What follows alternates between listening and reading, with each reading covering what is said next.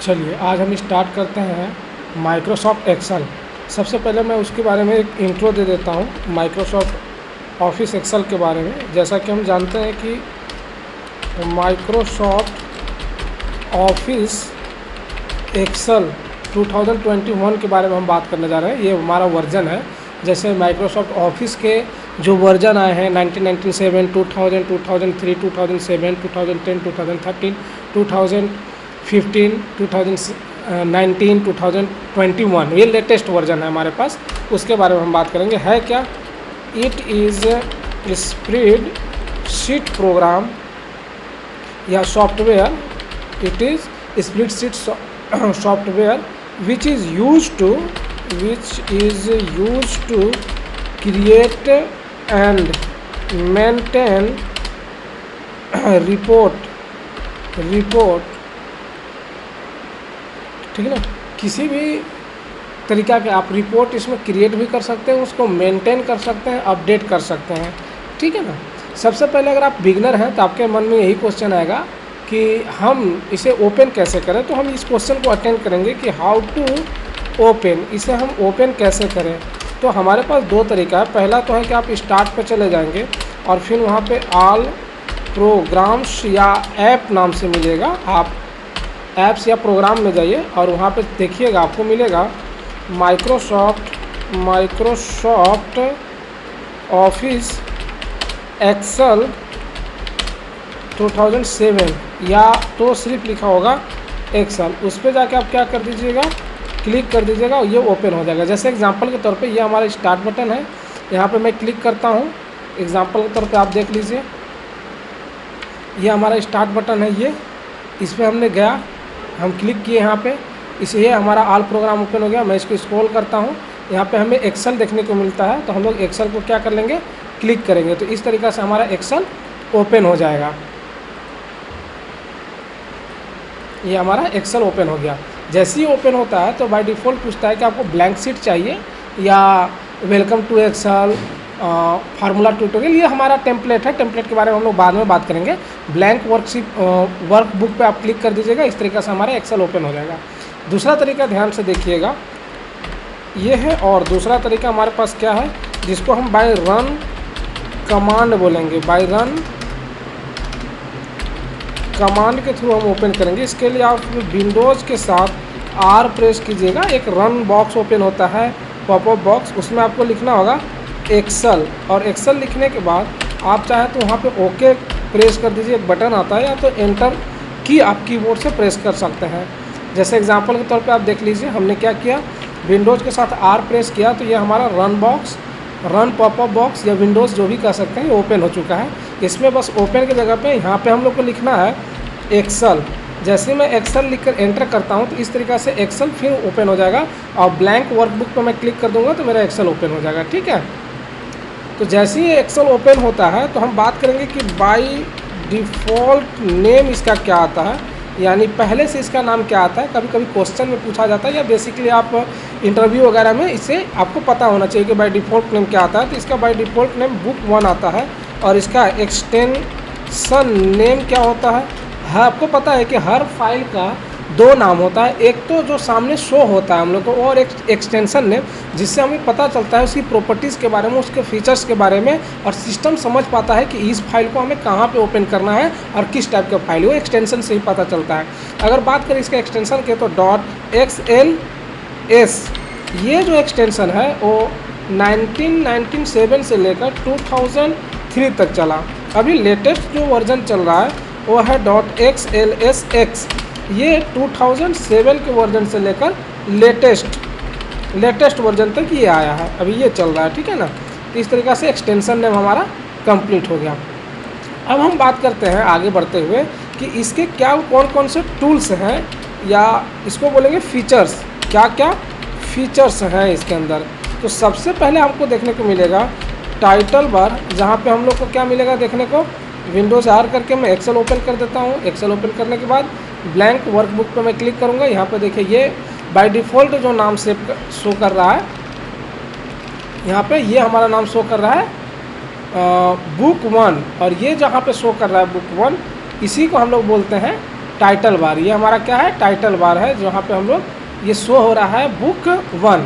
और जस्ट उसी के नीचे जब हम लोग आएंगे तो ये हमारा है मेन्यू बार, उसके नीचे है सब मेन्यू बार या स्टैंडर्ड टूल बार आप बोल सकते हैं। इसके बाद यहाँ पे आएंगे तो इसको फार्मूला बार बोला जाता है। फार्मूला बार के दो पार्ट्स होते हैं, एक तो नेम बॉक्स होता है और एक होता है हमारे पास फार्मूला बार करके आता है, ठीक है ना। चलिए आइए इसको नोट्स पहले कर लेते हैं, क्योंकि हमारा नोट भी साथ साथ रेडी होता रहेगा। 2 इसके बाद हमारे पास आता है मेन्यू बार। अगर मेन्यू बार की बात करें, मेन्यू बार के बाद क्या आता था ना, सब मेन्यू बार, या हाँ सब मेन्यू बार को रख लीजिए। 4th नंबर पर आता है फॉर्मूला बार। फार्मूला बार के अंदर में 2 चीज़ें होती हैं, एक तो होता है हमारा नेम बॉक्स और एक होता है फार्मूला बार नाम से आता है, 2 चीज़ें होती हैं। 5th नंबर पर देखेंगे तो हमको मिलेगा कॉलम देखने को मिलेगा, और 6th नंबर पर हमको रोज़ देखने को मिलेंगे। 7th नंबर पर हम देखें तो हमें जो मिलेगा वो स्प्रेड शीट बोलेंगे, उसे स्प्रेड शीट मिला। और 8th नंबर पर हमको देखने को मिलेगा शीट की कितने शीट है, और 9th नंबर पर हमको देखने को मिलेगा स्टेटस बार। चेक कर लीजिए कैसे कैसे वर्क होता है। ये देखिए यहाँ तक हम लोग क्लियर कर चुके थे। फार्मूला बार है जहाँ पे नेम बॉक्स है, और ये हमारा है फार्मूला बार।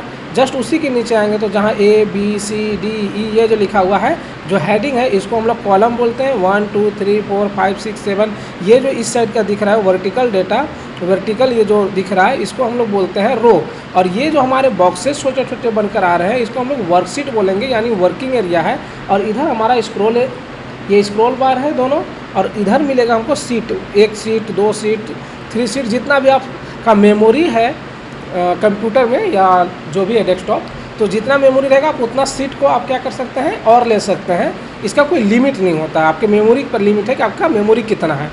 जस्ट उसी के नीचे आएंगे तो हमें स्टेटस बार देखने को मिलेगा, और स्टेटस बार में हम लोग जूम का ऑप्शन मिलेगा, ठीक है ना।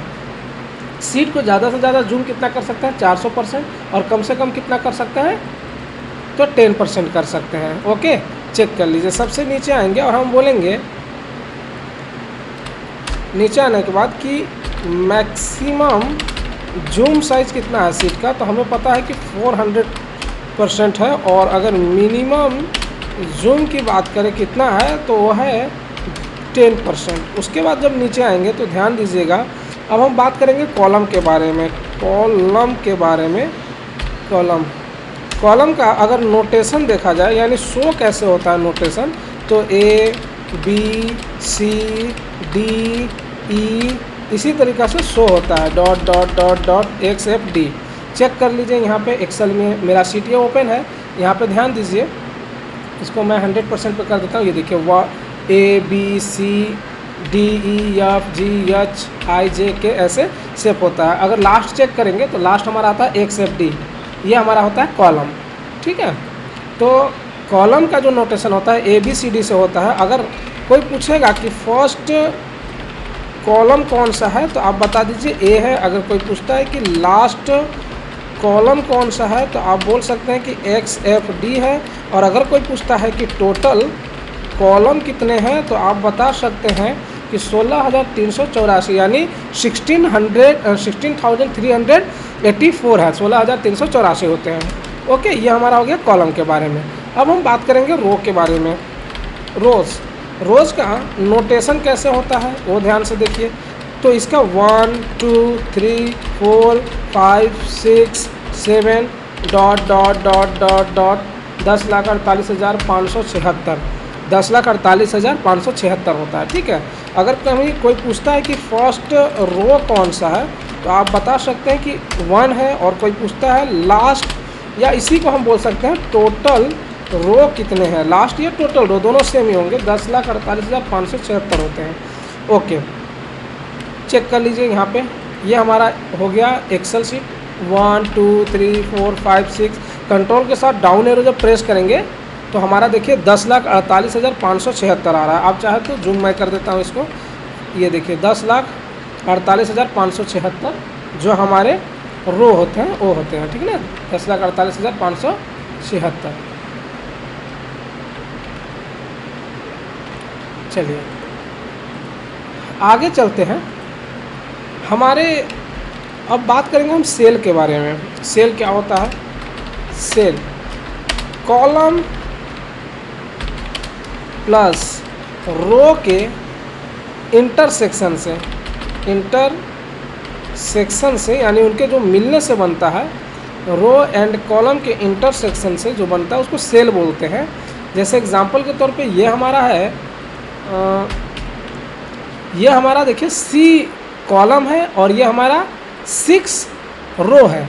इन दोनों के यहाँ पे जो बीच में बॉक्स मिल रहा है, दोनों के इंटरसेक्शन से जो बॉक्स बन रहा है, इन सभी बॉक्सेस को हम लोग सेल बोला करते हैं। क्या बोलेंगे? सेल बोलेंगे। और सेलों के जो ग्रुप होते हैं उसे ही हम स्प्रेडशीट बोलते हैं।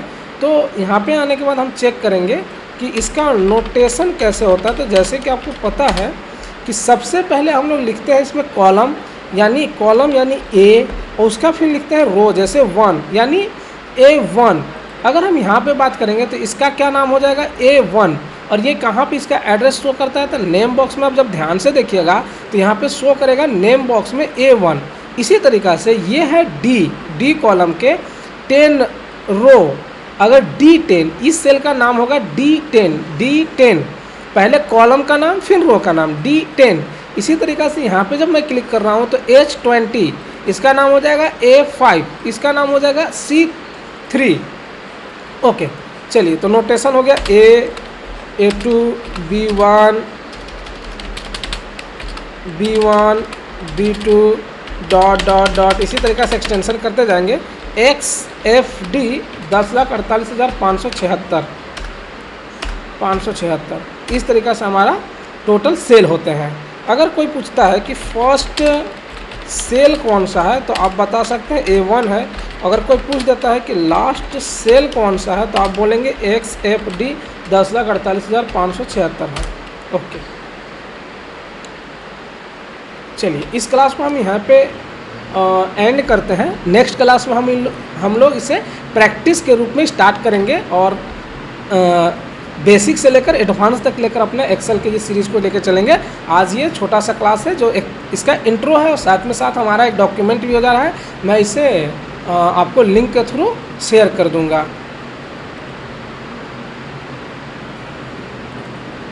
चलिए, थैंक यू।